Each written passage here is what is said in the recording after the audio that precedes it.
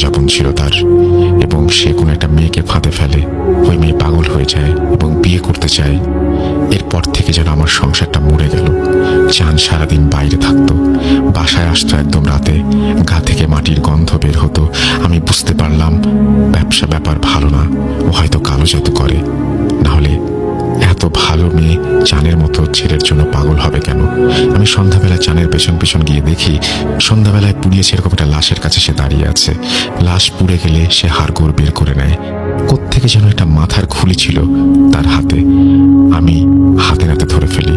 ও প্রচুর মিথ্যা কথা বলতো, এমন সব কাজকাম করা ধরেছিল যা অত্যন্ত খারাপ।